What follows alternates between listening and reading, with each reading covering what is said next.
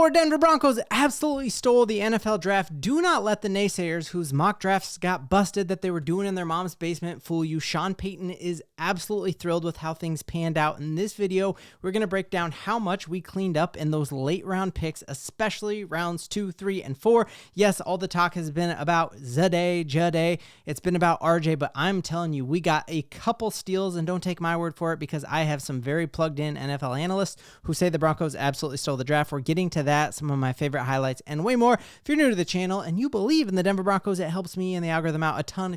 If you would like and subscribe, let's go ahead and dive on in here. So first off, love this point by Cody Rourke. We got to remember here that we did not need a home run hit. We're not swinging for the fences. That for the most part, this roster is locked and loaded, and that's a fantastic thing. We were looking for a running back, which we covered. We absolutely got a running back. There's no question there. And on top of that, we went out and got a starting corner who just sets us up. Who's going to be able to score on us? Nobody. Now, we went even further than that. Like, if you just had our day 1 and round 2 pick, you'd be thrilled with how things went, but it got so much better, so much so that you have a former editor for Pro Football Focus come out and say, you know, the Denver Broncos are my new team for hidden gems. Like, and then you have this other guy come out and be like, hey, we got the steal of the draft here with the Broncos getting Quay Robinson, which we're going to get to in a second. I'm blown away by him. I think George Paton feels exactly like he did when he stole Nick Bonitto, who was leading the league in sacks last year. That's who we got in Quay Robinson. We're going to get into that in a second. Dan Orlovsky coming out after a first-round pick and just being like, dude, this secondary for the Denver Broncos is absolutely redonkulous, and that's a fantastic thing. So let's get in here. Again, we're going first here with our later round pick here, 4th-round pick, Quay Robinson, a 6'4" edge rusher out of Alabama. You love the fact that you are talking an SEC school. All of the top offensive linemen who went off the board, this is who is trying to block this guy, and they couldn't. You're talking about a team member who was voted the most, what is the actual wording of it? The best teammate to have on a team voted here. So you're not talking a team captain like we got in 3 of our first 4 picks, but you're saying like that his teammates voted him the best teammate. Sean Payton has a type, a young and hungry type, a captain who he doesn't have to micromanage the culture because these guys are going to do it for him. So let's take a look at some of these highlights and be like, how did the Broncos get him? And Mile High Report, Broncos found the steal of the draft with this edge rusher, and that already was a deep position for us. Like, I think of moving on. Last year, I was super hyped on Baron Browning, and I loved him. Well, we were able to cash him in for a pick and moved on from him before we had to pay him. So now you were talking about, you got Jonathon Cooper, Nick Bonitto, you got Jonah Ellis, who popped last year and had 5 sacks, you had Dondre Tillman, and now all of a sudden you're throwing Quay in there for a depth. We are back to being able to call our outside pass rush an actual platoon. On top of that, you're seeing an absolute special teams game wrecker, and just realize that he's not doing this in the Mountain West, you guys. This is against SEC schools, and this is just a crazy amount of push there. So crazy hyped for what we have there. And again, you're seeing all over TikTok saying that this is basically the sleeper pick. This is a person who should not have fallen that far whatsoever. And what the big deal of probably why he was able to fall to us is that he only played in 7 games for Alabama and had an elbow injury, and so he missed his last 4 games there for them. And I think with if he was healthy the whole season, they're saying that you are talking a top 100 pick, and you see why. Like, that is a type of edge rush against SEC level offensive linemen that we are not supposed to be able to have fall to you all the way in the deep 100. So thrilled about that pick. On top of that, if we take a look here, he played behind his first couple years, played behind Dallas Turner, 1st-round draft pick, Will Anderson, 1st-round draft pick, who teams traded up for, and is in that same conversation with those guys. That's who he learned from. And that truly his weakness is that he doesn't have the bend and flexibility yet. That's obviously what made Von Miller just absolutely a game wrecker. And that he is raw in anticipating pass rush moves. That's going to come with time. So I'm thrilled to death with this pick, and I'm just thrilled that as you take a look here, as the Broncos are going to have several key players up to re-sign, which is a great problem to have. Nick Bonitto is going to need a new deal. Jonathan Meinerz is needing a new deal. Zach Allen needs a new deal. So at some point, we're going to have to let some of these guys go, and I feel like we have fantastic depth here. Now, the Broncos also said in their pre-draft press conference, Sean Payton and and George Paton were joking about how they identified 2 defensive linemen, one of whom was ready to go and play tomorrow, and one of whom they thought in 2 years was going to be an all-pro player. So my question is, like, this next player that we got, who we ended up actually trading up to pick 101 to get him, which one of these players is Quay Robinson the one ready to go right away, and then Savion Jones is our player who's going to be the all-pro, or what is that? Or are they both making an impact right away? Either way, as we look at the Broncos who traded up here for this pick, again, what you love here is the physical traits here and the run-stopping ability in particular of Savion Jones. And again, you're looking at Sean Payton's first time ever drafting a player from LSU, but you're talking SEC school going against SEC linemen who are just grain-fed, or they're definitely not vegans there. These guys have a lot of meat on the bones, and you're looking at of all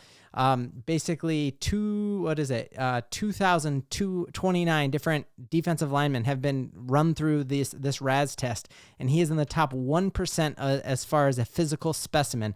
So you're talking a 6'5", 280-pound defensive lineman. His motor, when I watch highlights of him, reminds me a lot of a Zach Allen. And I think that is what Sean Payton is envisioning here, that, hey, we're not going to be able to pay all of these guys. If we can't pay them, we get compensatory picks for them later. And I just think as we think about this defense that already, and I've said it so many times, it makes me sick, we already were top 3. And then we added Greenlaw and Hufanga, and then we went out and got the best corner in the draft by some people's estimation. And then we get 2 depth pieces on our defensive line, which was already lights out. This here to me is good luck running on us, Ashton Genty, because we are going to be able to cover your receivers, which you don't have, Raiders, in man coverage, and then we're going to be able to stack the box. And then we probably don't even need to stack the box with having a Malcolm Roach, having a Savion Jones. So I'm super, super hyped for this pick. And last pick that I got to talk about, because a lot of folks have been saying, oh, we reached, because in most mocks, we had him as a 6th round draft pick, and the Broncos drafted him way too early. And I would just remind people of all the front offices and the Twitter warriors who were saying that Quinn Meinerz was a reach. And Sean Payton even said that after the Broncos drafted Quinn Meinerz, there were front offices who were laughing at them. And there's a video texted to Sean Payton of a front office laughing because they thought the Broncos fell for some sort of hoax, because all Quinn Meinerz's training tape during the lead up to the draft, he was blocking trees in Wisconsin. And now we have probably the best guard in football, at least an all-pro guard. And folks were saying we reached on him. We definitely didn't. So this is Pat Bryant. We got to talk about, first off, Sean Payton runs to the podium after and said that Pat Bryant reminds him of Michael Thomas. Without Googling it right now, can anyone tell me who the quarterback for the Illinois Illini are? No one could. I watch a lot of Big Ten football because it's on where I'm living, and I couldn't tell you who it is. Yet you were talking about a guy in Pat Bryant who led the Illini as far as total touchdowns in his years, and no one could tell you who his quarterback is. The fact that he is getting shades or giving feelings of being like Michael Thomas, the slant god, to Sean Payton should be all you need to hear. And we've seen Sean Payton has the receipts of his ability to go find guys out of nowhere. So take a look at some of these. Look at the toe tap in the back of the end zone. Look at the separation that he is creating. Again, you were talking about another captain here. And one of the big things is at the NFL Combine, his numbers were not great. He ran a pretty slow 40. Yet watch some of these and the separation that he creates. And Sarah Bettinger made a fantastic point that his RAS score is the exact same as Amon St. Brown, and no one would say Amon St. Brown is slow when you put pads on him. And so same thing here. You were talking about Pat Bryant playing against The Ohio State University, an Indiana university that has a fantastic defense and made the college football playoffs. The University of Michigan, who won the college football championship and had a stud-level defense and some cornerbacks who went in the first round of the NFL draft. And you see the type of separation he is getting in the Big Ten, and you got to be over the moon excited about what he is. The other thing about him is a lot of folks are saying that he is the Lil Jordan Humphreys replacement. Last year, Lil Jordan Humphreys, love him or don't love him, actually lined up for 50% of the Denver Broncos offensive snaps. He is not there. He's not a Denver Bronco anymore.